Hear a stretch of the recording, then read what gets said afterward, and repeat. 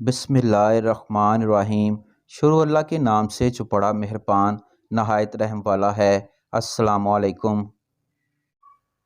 हाला फवाद मिस्र की एक मशहूर अदाकारा थी। वो अपने बारे में बताती है, बचपन में मेरे अंदर बहुत शर्म हया थी। मुझे दीन पर चलने का बहुत शौक़ था।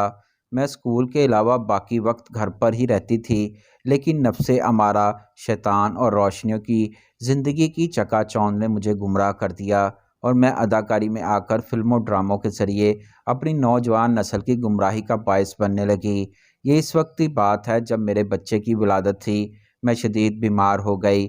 बच्चे की विलादत से पहले डॉक्टर मुझे 3 दिन तक मसनूई सांस देते रहे। मेरा इतना ज़्यादा खून बह गया कि मेरी ज़िंदगी ख़तरे में पड़ गई और मेरा बड़ा ऑपरेशन कर दिया गया। ऑपरेशन के बाद मुझे शदीद दर्द होने लगी। दाईं टांग सूज गई और इसका रंग बदल गया। डॉक्टर ने बताया कि मुझे जलता जैसी ख़तरनाक बीमारी हो गई है। इस वक्त मेरे ज़मीर ने मुझे झंझोड़ा कि अल्लाह ताला तुझसे नाराज़ है और इस वक्त तुम्हें शिफा नहीं देगा जब तक तुम अदाकारी नहीं छोड़ोगी, क्योंकि तुम इसके ज़रिए लोगों में बेहयाई फैला रही हो और ये हराम है, लेकिन तुम्हें शैतान और नफ्स ने इस पर लगाया हुआ है। ये सोचकर मैं घबरा गई। ये सोचकर मैं अदाकारी से इश्क करती थी। मैं समझती थी कि अदाकारी के बगैर मैं जी ना सकूंगी। थोड़ी बेहतरी आई और मैं अपने घर आ गई, लेकिन फिर ये बीमारी बाई टांग में भी मुंतकिल हो गई और मेरी हालत ख़राब हो गई।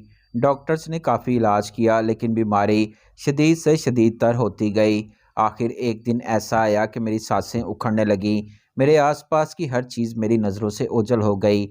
अचानक मैंने सुना कि मेरा कोई अजीज़ मुझे कह रहा था कि तू ला इलाहा इल्लल्लाह पढ़, क्योंकि तू अपनी आखिरी सांसें ले रही है। मैंने कलमा शहादत पढ़ा। इस वक्त मुझे मेरे ज़मीर ने कहा, अब जल्द ही तू कब्र में उतरेगी, फिर तू अपने अल्लाह का सामना करेगी, क्योंकि तूने इसके अहकामात को तोड़ा। तूने अपनी ज़िंदगी बेहयाई और गुनाहों में गुजार दी।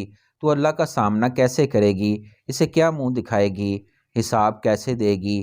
क्या अल्लाह को ये बताएगी कि तुमने शैतान से शिकस्त खा ली थी? मैं मौत को अपनी आंखों से देखकर जिस्म और रूह से महसूस कर रही थी। मुझे इंतहाई अफसोस हो रहा था। मैं शर्मिंदा और नादम थी। आखिर मैंने तौबा कर ली, अपने रब से माफ़ी मांग ली।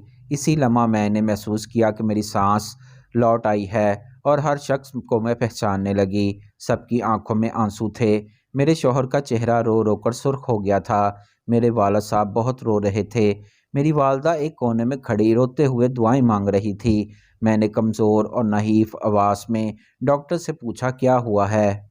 इसने कहा कि अपने रब करीम का शुक्र अदा करो, तुझे नाकाबिले यकीन तौर पर नई ज़िंदगी मिल गई है। मैंने आंखें बंद कर ली और इस पास गाफिल होकर सोचने लगी कि ये ज़िंदगी इतनी मुख्तसर सी है, फिर भी हम इसे गुनाहों में बसर कर देते हैं। मैंने तय कर लिया कि अब हर काम अल्लाह की मर्ज़ी के मुताबिक करूँगी और अपने कलीम अल्लाह को कभी भी नाराज़ नहीं करूँगी। इस तरह मैं यानी हाला फवाद अपने रब की तरफ लौट आई।